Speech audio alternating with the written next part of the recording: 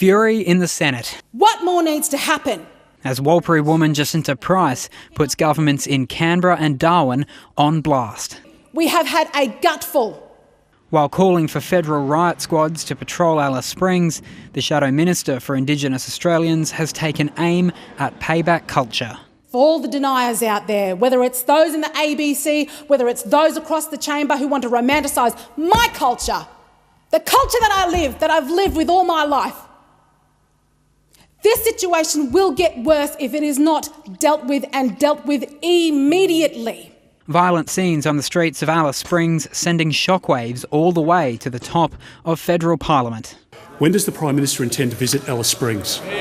I have been a regular visitor to the Northern Territory. I will continue to be a regular visitor to the Northern Territory.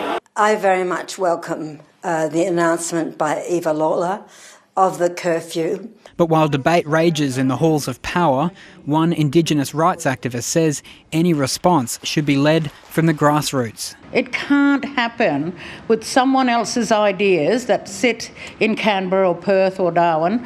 It has to be the people from the places where these matters are real issues. In the top end, the government's curfew response matched with a tough-on-crime plea from the opposition. The only way to fix this crisis is to urgently recall Parliament and change the laws so that we lower the age of criminal responsibility and hold young people and their parents accountable. The 2-week curfew buys the NT government time to come up with a longer-term solution for Alice Springs, but even Eva Lawler will acknowledge there are no quick fixes to these problems. While the government mulls over its next steps, debate is set to continue both here in the Territory and beyond. Thomas Morgan, ABC News.